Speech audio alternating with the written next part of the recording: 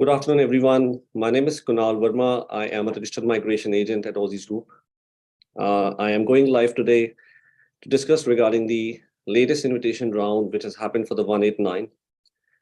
Uh, I know that a lot of you have been invited, and this has come out of nowhere, as if a lot of applicants have been waiting for years to get invitation for the 189 visa.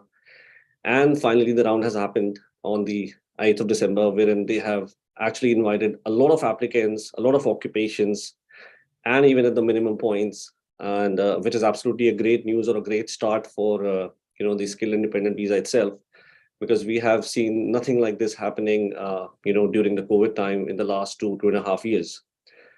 So I would be covering today few points, as if what occupations have been invited at what points, uh, what are we seeing in the coming months, whether there would be another rounds happening, what should an applicant be doing, if they have been invited for 189, the steps forward. Uh, and we would be talking about some recent updates related to, state nomination and other things as well.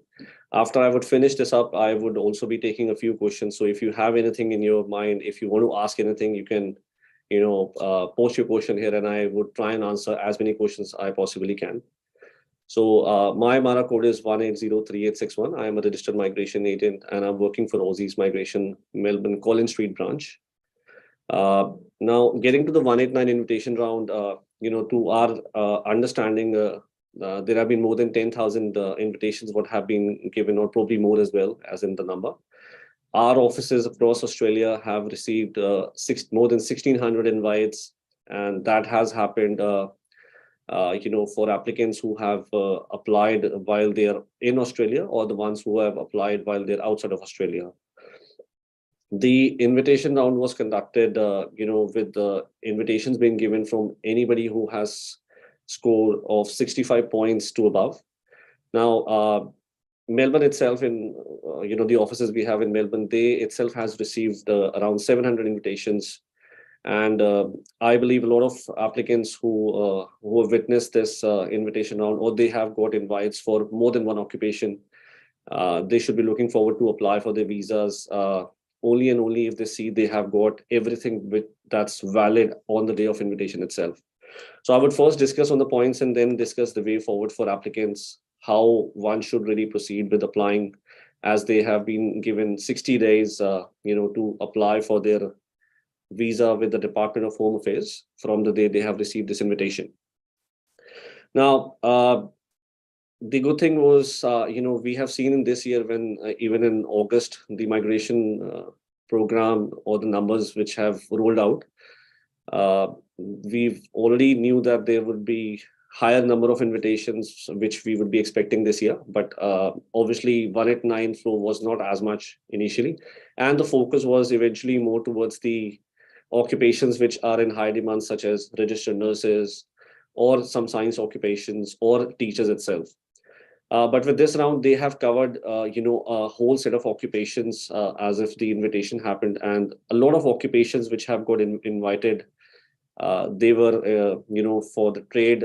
They were for, information technology, engineers who were not being getting nominated from states as well. Science-related applicants, occupations which have been based on science. A lot of occupations have got invitation. And as I said, the good thing was the invitations have been given even with the lowest points itself. Now, the surprise element was for accountants, and to what I know, being in the business for quite a few years now, that a lot of accountants have really given their hopes of even getting an invite, and eventually have a few have even moved to a different skill as well. But in this round, we have received invitation for 189 for accountants who just had merely 85 points and above. I know it might be obviously frustrating for a lot of applicants who have moved to different stream, and they have to put a lot of effort. But the ones who have sticked on with the stream, of accounting itself, they've got invitation for 85 points and above. So definitely a good sign for anybody who would even think of continuing with this occupation, because again, this is just the start. We have already seen the invitations for accountants coming from Victoria State as well. Even those who have got lesser points, like 85 or 90, they've also been invited if they are meeting the requirements for the Victorian state nomination as well. So a good sign, that they have been considering those occupations as well, which are definitely left alone for a long period of time, and there was nothing what's happening with them. So definitely, as I said, if you still consider, continuing, if your points are getting to the minimum, as I said, 85 and above, definitely you should consider keeping an EUI for this occupation if you are still within the stream. For engineering occupations, I would rather first talk about IT itself. So the programmers, which is analyst programmer, software engineer, developer programmers, we've seen the invitations coming for them, as in these numbers I'm talking about is absolutely based on the invitations we have got. So I'm not just talking because the official numbers from the Department of Home Affairs for the minimum points have not been rolled out yet. So this is primarily based on the numbers or the invitations we have received. So we've got invitations for these occupations for applicants with 90 and above. And I know as a matter of fact that people have 85 points have also been invited, which is definitely, again, a good sign. A lot of applicants put effort to ensure they get to the higher points. And this has actually paid them off while they have received invitation, because I know IT applicants, really has to do a lot of effort to make sure they take every single box to increase their points. So yes, there have been invitations for older EOIs which have been at 85 as well. And a lot of people at 90, I would say majorly everyone who was at 90 points have been invited for these occupations of analyst programmer, software engineer, or developer programmer. Business analyst and system analyst. Again, system analysts and business analysts have also been, I would say, not been able to secure a lot of invites in the last couple of years when the focus was entirely on, I would say, the occupations which are in higher demand itself. And obviously, anyone and everyone was trying to gain more points with other occupations as well, and there were lesser invitations which have been given to these occupations. Now, business analyst and system analysts have also got invited at 85 and above, based on our invitations. And majorly, as I said, anybody who has got invitation on lesser points, they have had their UIs in the system for quite some time. Okay, so pretty much say 2021 EOIs have got picked up, or early 2022 EOIs have got picked up. And 19 above, as I said, majorly a lot of applicants have already been invited if they have 19 above point, even in this occupation, even if their EOIs were recent. Security specialist, again, 85 and above. So, the benchmark which I think the immigration has kept in this round was they've kept it giving invitations at 85 and above for a lot of occupations. Network engineers at the same time, security specialist, network engineer, both 85 and above. So that's with the IT occupations that majorly most occupations have got invitations. So if you are struggling, sitting at 75, 80, and there is a way you can possibly get to 85 or 90 points, strongly recommend you to consider that there may be another round, let's say, happening in the next quarter.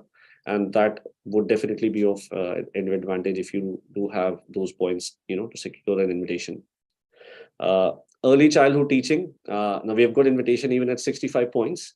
This occupation has always been, in demand. We do recommend a lot of our clients, anyways, that if you are looking for another skill or you've come here and you're looking for skill migration, you have intention of getting into teaching industry, because this industry is in demand in Australia, then you definitely can look at doing, early childhood teaching as a graduate diploma, as that's one of the shortest duration for a qualification, and one can qualify to apply for skill assessment subsequently and the application for expression of interest.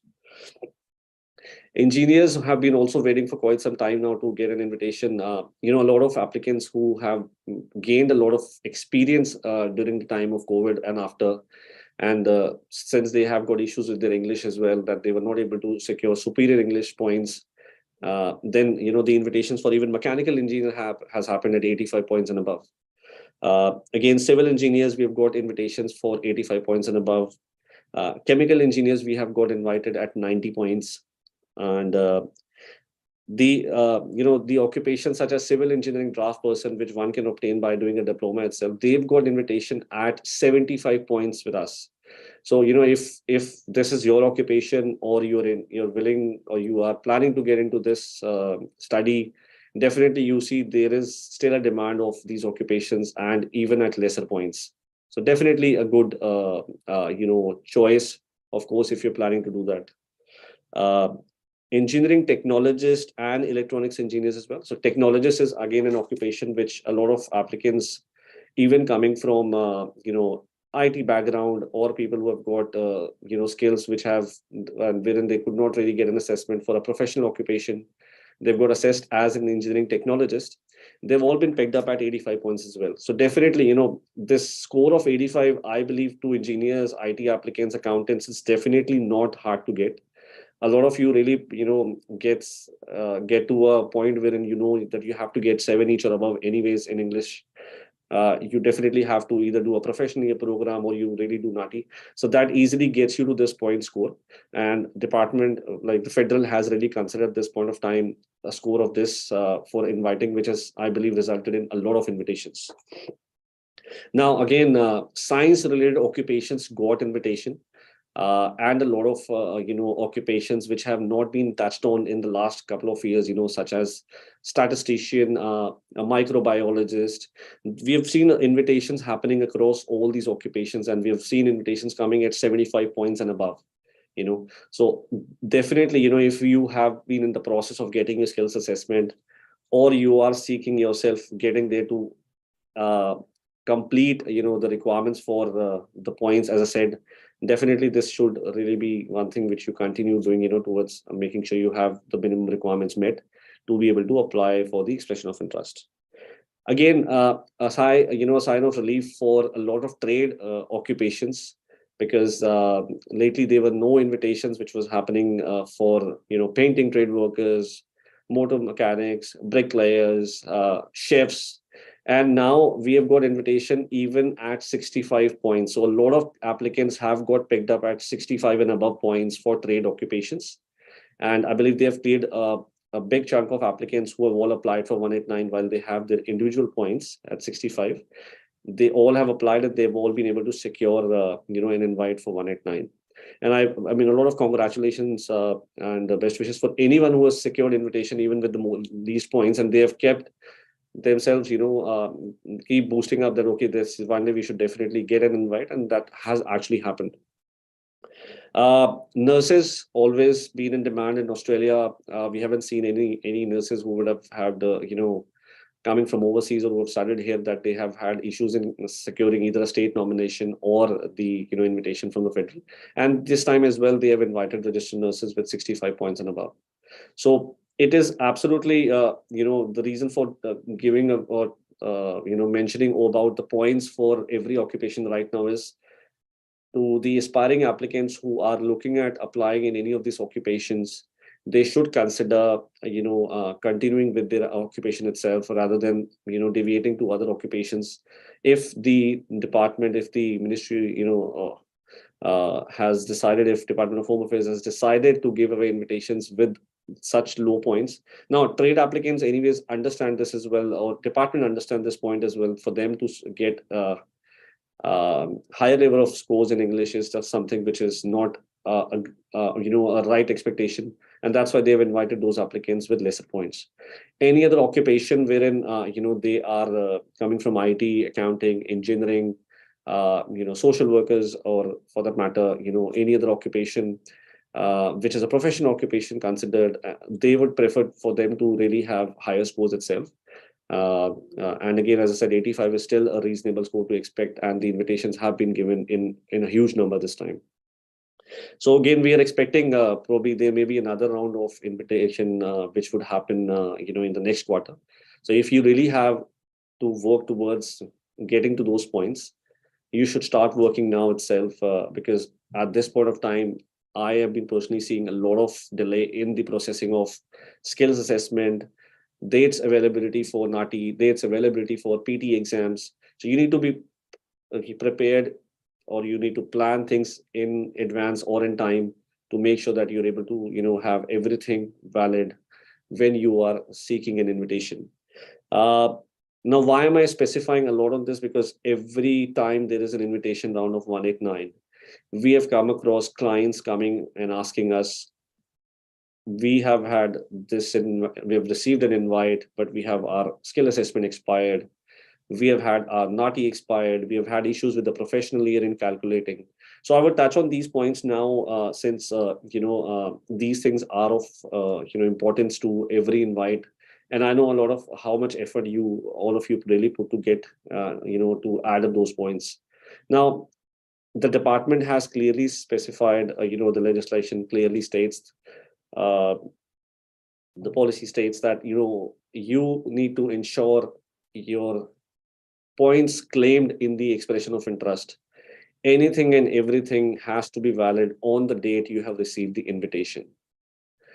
Uh, for few clients, those who have really, there have been a case law wherein a client who have gone to the federal court and has been able to secure the grant based on he completing anything within the 60 days.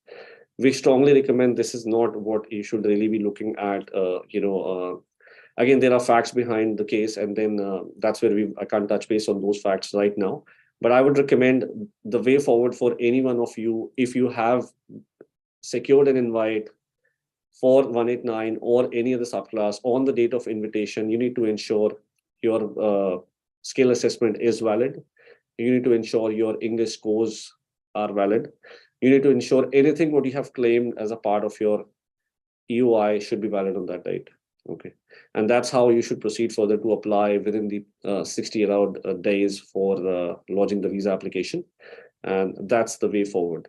Because if there would be any exception to this, you eventually would have to go through a very stressful process, and there may be high chances of refusal anyways.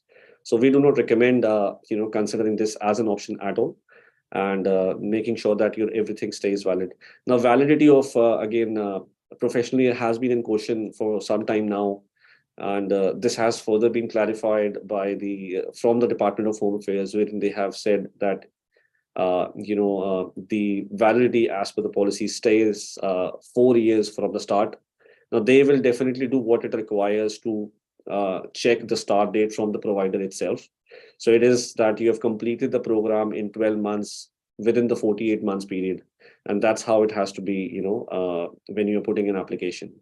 NATI, anybody who has completed it before the requirements got changed on the 9th of August, the validity stays for 3 years, and subsequently anybody who has done it after that, it would be 5 years. This is what even CCL has confirmed on the validity itself. English language exam, which is IELTS PT, stays valid for 3 years for skill migration purposes. Now, if you want to use that for any other purpose, you need to basically check, what you're applying for and what's the validity, because say some authorities for skill assessment really consider it only for 2 years, but we're talking specifically here for skill migration, that it is valid for 3 years from the date you have written the exam. Now, if you are certain of your points claim and you are proceeding further with applying for the 189 visa, now we also get a lot of clients who ask us, okay, we already have applied for state nomination, or we already have our application for state nomination in process. What do we do about that? Should we really, keep the application? Now, once you have made an application and you are certain about if anything you have claimed as a part of your EOI, and if it is all correct, we would recommend obviously to withdraw your ROIs or any other applications which are going on if you've already applied for this visa, unless there is some ambiguity or there is something which you're not sure of.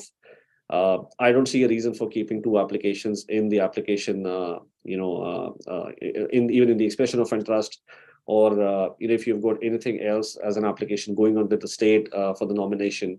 Definitely, if you've applied for 189, you may consider withdrawing that application itself, so that it should be just one application you're proceeding on with.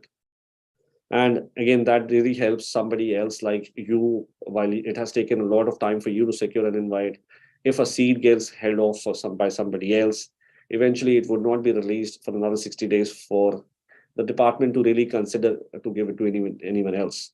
So it's very, very important, because I do come across a lot of clients coming in saying, okay, we have got invitation in all our skills now. What should we do? Again, there is obviously one visa application you need to do itself. So now it is like department has kept a set criteria. I know, it's always been difficult to believe that, okay, you might get invited in one occupation. A security specialist might have more probability than a network engineer, or, if in occupation, a programmer may have a more chance of getting an invite than a software engineer. But now, while they have kept every occupation, on same platform, same level, that they have invited applicants with the same set of points, it is best, if you have got any other application, then you should consider withdrawing that application, if you may consider to apply for the 189, satisfying all the requirements for that. In terms of the total seat allocation, I want to touch base on that as well, just because there was a change with the total number of skilled migrant seats now. So we really see there is a huge number, so around 36,283 seats what's available for skilled, nominated subclass 190 visa. And there are around 25,333 seats that's there for subclass 491, the skilled work regional visa. So that gives a lot of applicants enough chances to consider applying for their state nomination program as well, other than 189, if you believe you are meeting the specific criteria for nominations for this. So when this got updated, the purpose is obviously there are enough of seats available for state nominations as well, because a lot of applicants still are considering putting state nominations or regional nomination, while either their occupations are not on the medium to long-term list and they're only eligible to apply for these subclasses, or they have got clarity on staying in a state, and commit to them for a longer period of time once their visa would be granted for the state nomination or the skilled regional visas. There has been another change now, which I believe most of the residents who are there in New South Wales would be aware of, because when the year began, New South Wales really have kept the requirements way too hard in terms of meeting up the points and the experience. And a lot of applicants were really disappointed, or they've started moving to other states, considering that they may not be able to get to minimum required points. They may not be able to get the minimum experience the state has asked for. So eventually, the only option they had is to consider some other state as for the nomination. Okay. Now, they have removed, subsequent to this round of 189, New South Wales have removed the requirement of the experience, as well as the requirement for the points for the subclass 190. Now, that's what's been specified. We are yet to wait on any more details, whether that would be for 491 as well, because recently they have, changed the criteria for 491 anyways, for those who have been living in the regional area, working for a specific employer for 12 months in the regional itself. They could even apply, and they could even be nominated with the lowest points. So, but for 190, a lot of applicants really anticipate to consider this as an option while in New South Wales. And subsequent to 189, that requirement has been removed. So we yet to see another invitation round happening after that. But yes, if you really are in New South Wales, been living there for the last 6 months, meeting the other published criteria for the New South Wales nomination, then you should consider being in that state itself rather than making a move. Because they may still consider, states do really follow the federal pathway itself, with giving invites. So they may definitely consider, and this is a side of relief even for the offshore clients who really have, a limitation on how they can increase their points. Then definitely this is going to benefit the law which is offshore, that they can apply for New South Wales nomination. And there may be invitations, because we've already received a few invitations for offshore clients anyways from New South Wales. So that would continue to happen as well, in the coming months for this financial year. Now, any other state nomination criteria which basically has set requirements, I don't see there is anything much has changed, except Western Australia, which may do their invitation round in this week itself, just because of the Christmas break coming up. So we may see invitations from WA coming up in this week. And all the best to anyone who has considered applying for Western Australia state nomination. A lot of clients again, come back and ask us, the difference between 189, 190. Look, it's 189 obviously will not have any limitations. So it's still a permanent residency. so as 190. The only limitation with 190, or I would say it's a moral obligation, while you're asking for a state to nominate you, you're morally obliged, to be living in that state for as long as possible. And they really want you to commit yourself to the state. And we've seen a lot of smaller states do really keep a track of what's happening, even though bigger states keep sending, sort of questionnaires and the feedback to their nominees who they have nominated over the years, just to understand if they have nominated somebody and they are living there as well. So we strongly recommend, as migration agent, I would recommend every client, if you're looking at state nomination or 491 as the regional nomination, you may consider looking, living in the state itself. Let's say 491 anyways has conditions that you have to live in the region, but with 190, it's a moral obligation you carry on.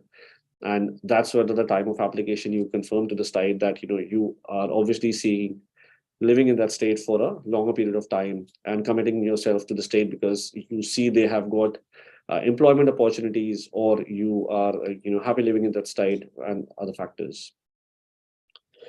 So pretty much that's it, which I wanted to cover up, for today. Now I'm jumping on to take the questions itself.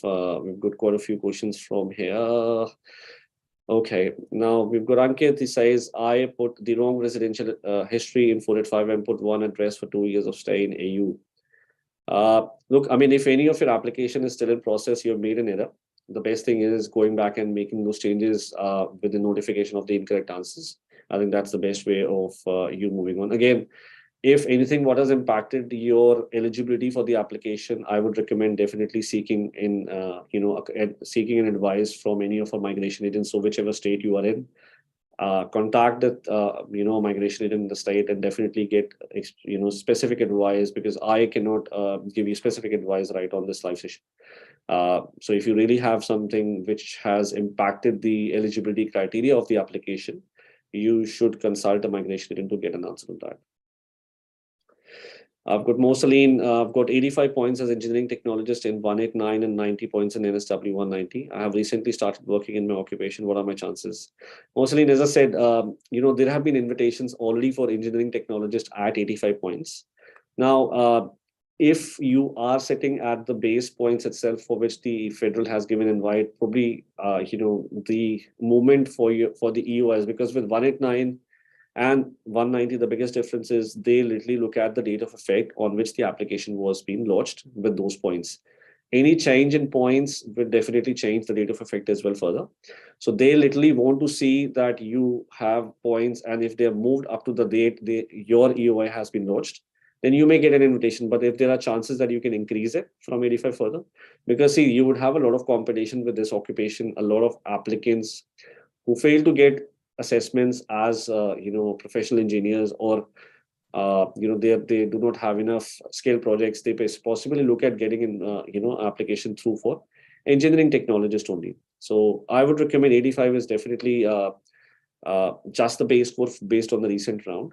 And with New South Wales, again, you will have to obviously wait as and when they would come out with inviting applicants. But consider this is New South Wales, Victoria, Queensland, bigger states definitely have a lot of engineers already there, and they might be even at higher points as well. So if there is a way you can increase, otherwise, you'll have to just wait for your chances, depending when you apply it. Nitesh, any chances of invitation for 491 NSW? Currently living and working in regional New South Wales for past 2 years, 75 points. Nitesh, you haven't mentioned what occupation of, which occupation are you asking this question for? Again, with New South Wales, the latest invitations for 190 or even for 491 we have received have been more specifically towards a lot of trade occupations at 75 and 80 as well. And we've got a lot of professional occupations, specifically in IT. We have received a lot of invites for applicants who have got 85 points of their own and 15 for the regional nomination. So a lot of invites have been still given. Sneha, do I need to have 1 year of experience or PY to lodge UI for 190 visa, or the skill assessment can be done on my master's? Again, Sneha, no occupation mentioned here. So this is, again, I believe if you're coming from IT background, to do a skill assessment, there are different pathways. If somebody has overseas experience and qualification in IT, they can also look at applying for the skill assessment based on that. For Australian graduates, they either need a professional year or 1 year of experience. And recently, obviously, clients or applicants do both to increase their points. But yes, if it's for IT occupation, and you're an Australian graduate, and you would need either of this to apply for your skill assessment. We've got Junaid who says, my wife's national ID has misspelled my father's name, but the docs are correct. What do I do? Again, this is pretty specific, Junaid. You'd rather speak to one of our offices, whichever state you are in, to get an answer for your question. What needs to be done in terms of documentation to, get you the exact advice rather than me giving you some general advice without knowing the exact background of the scenario. Raj, what are the lowest 189, 190 invite points for electronics engineer in the recent round? Raj, based on our invitations for electronics engineer, we have received invitation at 85 points. So we have got quite a few clients who got invited at 85. Again, as I said, 189 invitation based primarily on points and the rate of effect. With respect to 190, it is primarily dependent on which state you are in. So like Victoria State has a nomination process wherein you need to submit ROI. They assess applicants on a variety of parameters, which includes the annual income, which includes the points, having a scale partner. So quite a few factors combined together work towards getting a nomination from 190 or a 491 in Victoria. Every state has a different way or process, or I would say the requirements or the criteria to apply for 190, and that's how the points requirement vary as well. So 189, I've answered 190 depending on state itself. So to answer your question. Urmi, I would like to know how immigration counts for job experience. Will they consider the job ready program as skilled experience before reviewing the assessment? Urmi, yeah, so this is for the trade applicants. If you are doing the job ready program and you obviously meet during the job ready program, you meet the requirements of working for a minimum of 20 hours a week or 40 hours a fortnight, and you work for 52 weeks, you may consider to apply or claim those points since the experience has been done subsequent to your minimum qualification requirement for the nominated occupation.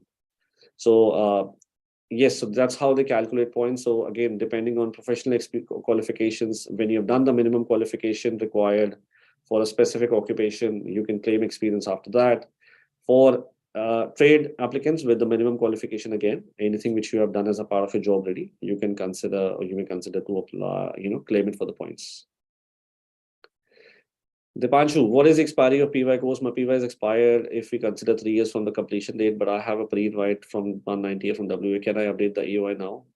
Dipanshu, I would recommend you to speak to one of our offices in WA or eventually call us and I can tell you specifically what can be done because we may see there is some sort of consideration depending on your occupation. There are quite a few factors which goes along with the state nomination criteria before I could really give you an exact answer. But yes, professionally, a course, again, I've said has to be considered from the date of start itself. It has to be 4 years valid from the start date, and that's how one should really be considering. I've got Kokilavani. What will happen to the student visa 500 who has invited to apply for 189 visa? Do they need to stay till student visa expired? Kokila, a very, very important question, and I thank you for asking this. If you are holding any substantive visa and you would apply for your permanent residency, please don't consider that your requirements would change for that visa because you've applied for PR.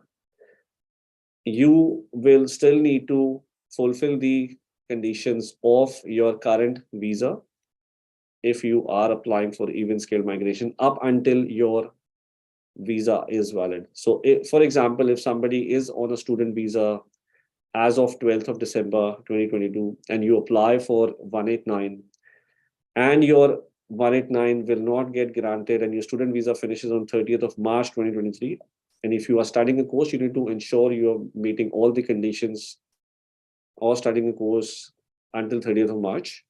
Because after that, your bridging visa would kick in, and obviously the student visa requirements would be finished as and when the student visa will expire. So you do not have to consider uh, thinking that you can't study because obviously you've applied for 189. While if the same you're doing on a bridging visa, while you've applied for a student visa, you may withdraw that application. Again, there are certain things which are associated with it. So do not really take a step if you are not aware of how this needs to be done without consulting. So as I said, if you really need to consult, please go talk to one of our offices and you will get an answer of exactly how you should really be planning things ahead. Rohan, I have 1 year of cybersecurity experience and I have not done PIVA. Will I get 5 points for 1 year of experience or will this be deducted when doing skill assessment? Uh, Rohan, this is again anything which you have done post Australian qualification, you may consider claiming points for that experience. And now there is so that's how the process for ACS works, which is the authority which does the assessment for IT applicants. So they have a process of deducting experience, not in the case which you're specifying based on Australian experience, but if somebody who is claiming experience from overseas or they are trying to get an assessment done based on skills, they have something called skill met date. Now, based on that skill met date, one would be considering claiming the experience points or whatnot.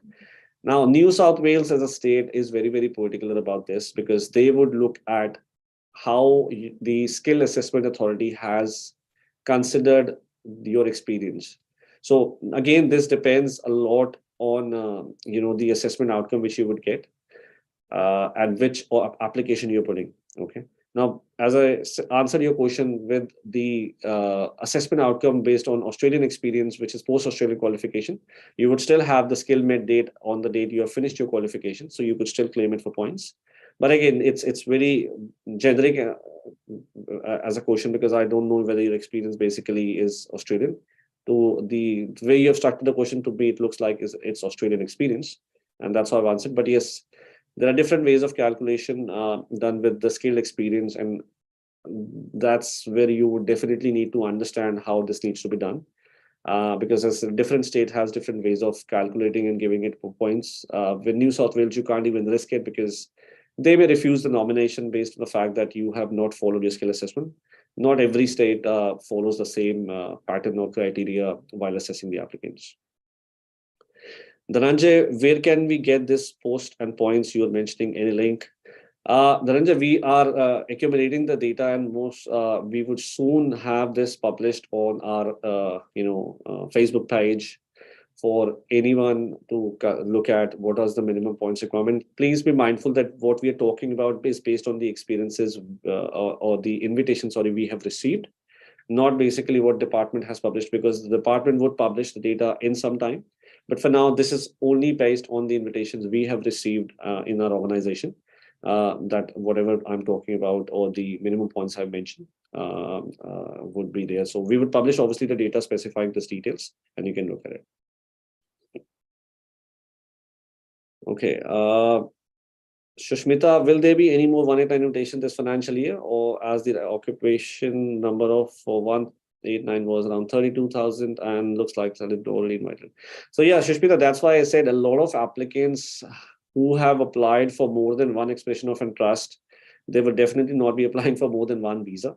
And a lot of people, for that fact matter, know that they've got invited and they have got one of the other things either expired or they don't have overclaimed the points. So pretty much, when an invitation round happens, there may be obviously some invitations which would go lapsed, or pretty much after 60 days, they will be back again revived.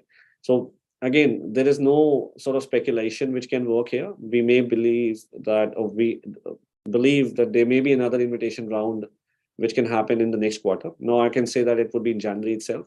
See, over the last few months, we have seen there have been a consistency between the department, the federal, giving invites. So hopefully, if there would not be bigger rounds happening in January, February, there may be smaller rounds. But yeah, there may be something which should continue to happen this financial year, because just half of the year has gone and the remaining half of the year is still left. Niyati, what are the chances with 80 points, 189 developer programmer and 80 plus 5 points for Victoria with 92K package, skill level 2 job? So Niyati, again, 80 points definitely is less. I've told you that the minimum invite we have received is with 85 points for a client with the same occupation. And that too when somebody who's applied, not recently, but some time back, let's say 6 months or an older EI for 189. Now with state nomination, quite a few parameters which would be taken into consideration. I believe your salary is good. If you would still work on increasing your points by any chance, I think you stand a good chance. And that may benefit you obviously to get an invite from Victoria itself. Inderjeet, what are the chances of New South Wales 491 for mechanical engineers and pathway to, sir? Uh, Inderjeet, see, New South Wales state nomination criteria is, we've seen applicants getting invitation, when they are meeting the requirements of the state or, whichever RDA they're working in for a specific period of time, they've been getting nominations. But now with the removal of requirements, which was subsequent to this 189 invitation, we may see some, drop or increase in the number of invites what New South Wales may also give, because I have till date not seen a very big invitation round that has happened from New South Wales. Yes, they have been inviting consistently, but this is how New South Wales have always been. Start of the year, they have always kept it very low in inviting, and then during the closure of the year, they always come up giving a lot of invitations, which happened in 2020 as well. So again, now with the changes what New South Wales have done, it may benefit a lot of applicants who are living there itself. But you can assess your chances between a state where you are or if anywhere else you are getting a job and you're meeting the state nomination criteria to consider that. Any chances of 189 invitation at 80 points as system analyst, Anu? Anu, I understand. Obviously, a lot of people really are stuck at a point where they can't increase their points. Now, at that point, I believe 189 should not be the consideration you should really be still having, because I believe 85 is a still very, a low benchmark for a lot of IT applicants for them to consider, considering the number of applicants they have. So I think there should be something you should look at doing in terms of increasing your points, or probably looking at state nomination or regional nomination as a pathway. See, this may be just one of the rounds which has happened, and we may not see another such big round. But we don't want to basically hold off with the way immigration is going on right now. They're looking at skilled migrants definitely.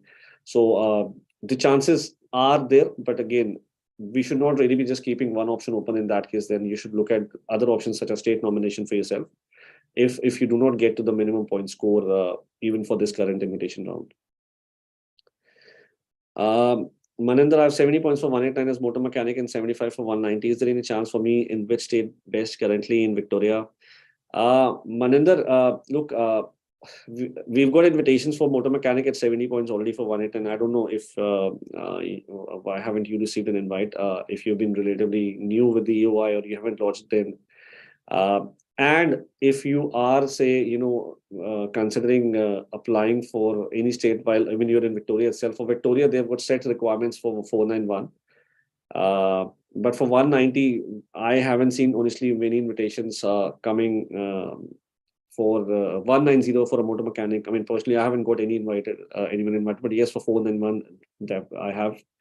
So I would recommend then, if you don't really have a way of increasing your points, either you wait for a 189, another invitation round wherein they will pick up trade applicants at points which you have, or you may consider moving to regional Victoria, looking for a job and address there to be able to apply for the 491. Something related to withdrawal of an application. Again, the processing times are different for different applications. I know a lot of clients have applied for withdrawals, and it has taken a lot of time for them to even get their application withdrawn. You may find a way of obviously escalating that to the processing team again, and or probably see if you've taken some services for migration agent, ask them to escalate again to be able to get the response to the request, because it is very different with applications. We've got some applications getting withdrawn within a couple of days to weeks, and then some which are kept on hold for a few months as well. Okay, there's a traveler. Say, I am 39. I pursue masters in sociology in Australia. Will I be still able to work there post master's course with my age be a barrier? What are the chances for chef? Okay, that's a different question then. Look, every occupation, again, working. So with skill migration, you have got chances until 45. So you've still got enough time if you really are looking at applying for some skill migration in Australia. If it's about work itself, will I be able to work post master's course? Definitely, you should be able to work. Nothing is restricting for an applicant not to work with their age itself. So I don't see basically that should be a barrier for you to consider in working. What are the chances for chef at 65 points, Western Australia? Again, we've got invitation for chefs at 65 points. So I am, as I said, it's definitely which was out of nowhere. The invitations happen, and they've invited it with the least point itself. But I believe if this would continue as is, definitely at 65 you may expect. Look, I mean, don't leave things for if you do see there are ways for you to increase your points, definitely work towards it so that the chances for you to get an invite goes up. That's all. Otherwise, at 65, this invitation round, we have received invitation for chefs. Uh, any chances of 190 in Victoria as a security specialist working in the own field? Well, 100%. If you consider, that there are parameters combining together working for you, as I mentioned before, for Victoria, it's just not about points plus having a scale partner, having a higher income, all that basically plays a role. And again, an occupation which you are working in, the nominal occupation has an important role as well. So please consider all these parameters. Again, I would recommend you to look at a professional who could advise you of what can be the possible options. And contact me, contact any of our offices. In Victoria, we've got so many offices for you to look after in each part of east, west, north, and south. So definitely you can contact any of our migration agents there, and they can definitely answer your questions or assist you for the process. Okay, so I think that's pretty much it for today's session. I have tried to cover up as many questions I possibly can. If again I have not been able to answer your question, please you can call up our office for we don't really mind answering any questions which are very generic in nature and does not require a specific advice from migration agent. But yes, if your questions are of a specific nature that can only be answered through a migration agent, we would recommend you booking an appointment or contacting our office to speak to one of the agents, and happy to assist. We will come down again with the further updates. And while I'm going to, is one more update. I believe a lot of you would not have that as important. The 189 New Zealand stream has been temporarily suspended from the December 10th until the end of this financial year, as they are trying to make some changes for anyone who basically has been, a New Zealand citizen and they are in Australia, meeting the criteria by means of the 189 New Zealand stream. So the existing applicants would continue to be processed on priority, but they are temporarily closing the acceptance of the new applications, basically to make some changes with probably the next financial year. As and when there would be any further updates on that, we will let you know. So thank you everyone who has been a part of this live session, and then stay in touch. We'll keep coming with more updates soon. Thank you so much.